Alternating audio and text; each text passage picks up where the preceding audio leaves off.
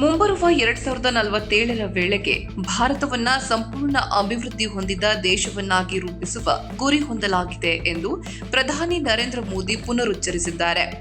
ದೇಶದ ಪ್ರಸ್ತುತ ಸ್ಥಿತಿಯನ್ನ ಸ್ವಾತಂತ್ರ್ಯ ಚಳವಳಿಯೊಂದಿಗೆ ಹೋಲಿಕೆ ಮಾಡಿದ ಅವರು, ಹಿಂದಿನ ತಲೆಮಾರುಗಳು 20ರಿಂದ 35 ವರ್ಷಗಳವರೆಗೆ ವಸಾಹತುಶಾಹಿ ಆಡಳಿತಗಾರರನ್ನ ಹೊರಹಾಕಲು ಸಾಧ್ಯವಾದರೆ ಇಂದಿನ 140 ಕೋಟಿ ನಾಗರಿಕರು ಮುಂದಿನ 25 ವರ್ಷಗಳಲ್ಲಿ ಅಭಿವೃದ್ಧಿ ಹೊಂದಿದ ಭಾರತದ ಕನಸನ್ನ ನನಸಾಗಿಸಬಹುದು ಎಂದು ಪ್ರತಿಪಾದಿಸಿದರು.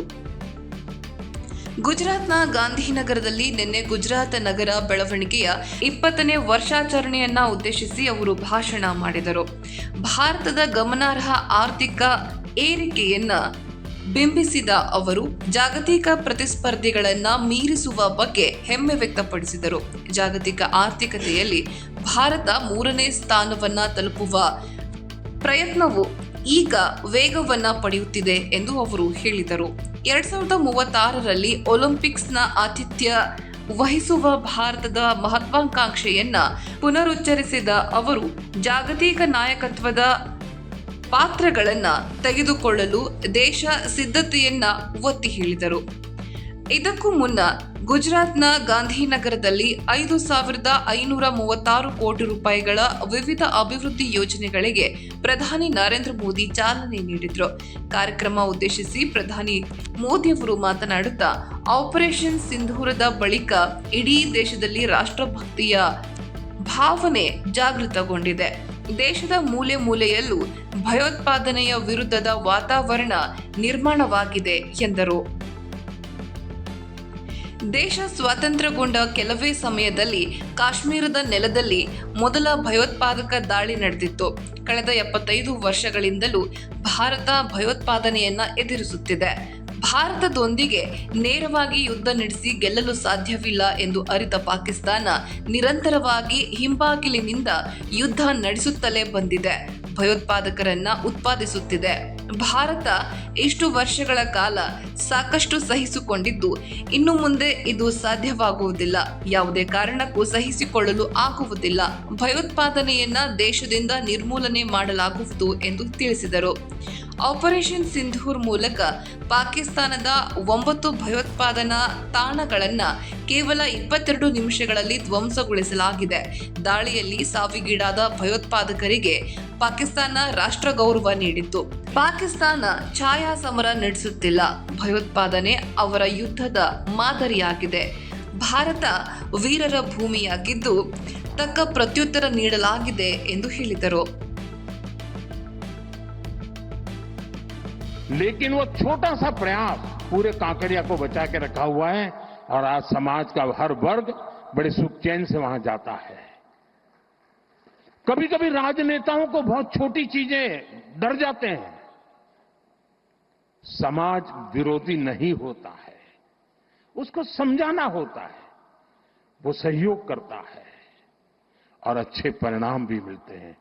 देखिए, शहरी विकास की एक एक चीज इतनी बारीकी से बनाई गई और उसी का परिणाम था. और मैं आपको बताता हूं, ये जो अब मुझ पर दबाव बढ़ने वाला है वो ऑलरेडी शुरू हो गया कि मोदी ठीक है 4 नंबर तो पहुंच गए, बताओ 3 कब पहुंचोगे. इसकी एक जड़ी बूटी आपके पास है. अब जो हमारे ग्रोथ सेंटर है वो अर्बन एरियाज है. हमें अर्बन बॉडीज को इकोनॉमी के ग्रोथ सेंटर बनाने का प्लान करना होगा. अपने आप जनसंख्या के कारण वृद्धि होती चले ऐसे शहर नहीं हो सकते हैं. शहर आर्थिक गतिविधि के तेज तर्रार केंद्र होने चाहिए. और अब तो हमने टियर 2, टियर 3 सिटी पे भी बल देना चाहिए. साथ में सहृदय स्वागत है श्री आचार्य देवव्रत जी का. माननीय राज्यपाल महोदय, Shri honourable union minister of power, housing and urban cabinet ministers of Gujarat, honourable ministers of state, माननीय प्रधानमंत्री श्री नरेंद्र भारत की शहरी विकास गाथा में एक और स्वर्णिम अध्याय जोड़े. 2005 थी 2025.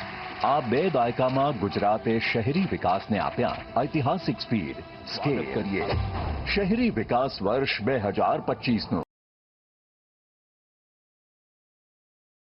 कि पीओके वापस नहीं आता है तब तक सेना रुकनी नहीं चाहिए। लेकिन सरदार साहब की बात मानी नहीं गई और ये मुजाहिदीन जो लहू चख गए थे वो सिलसिला 75 साल से चला है। पहलगाम में भी उसी का विकृत रूप था। उस जनाजे को स्टेट ऑनर दिया गया पाकिस्तान में। उनके कॉफिन पे पाकिस्तान के झंडे लगाए गए। उनकी सेना ने उनको सैल्यूट दी। ये सिद्ध करता है कि आतंकवादी गतिविधि प्रॉक्सी वॉर नहीं है, ये आपकी सोची समझी युद्ध की रणनीति है। आप वॉर ही कर रहे हैं तो उसका जवाब भी वैसे ही मिलेगा। अभी तो हमने कहा है कि हमने इसको एबेंस में रखा है, वहां पसीना छूट रहा है और हमने डैम थोड़े खोल करके सफाई शुरू की। जो कूड़ा कचरा था वो निकाल रहे हैं। इतने से वहां फ्लड आ जाता है।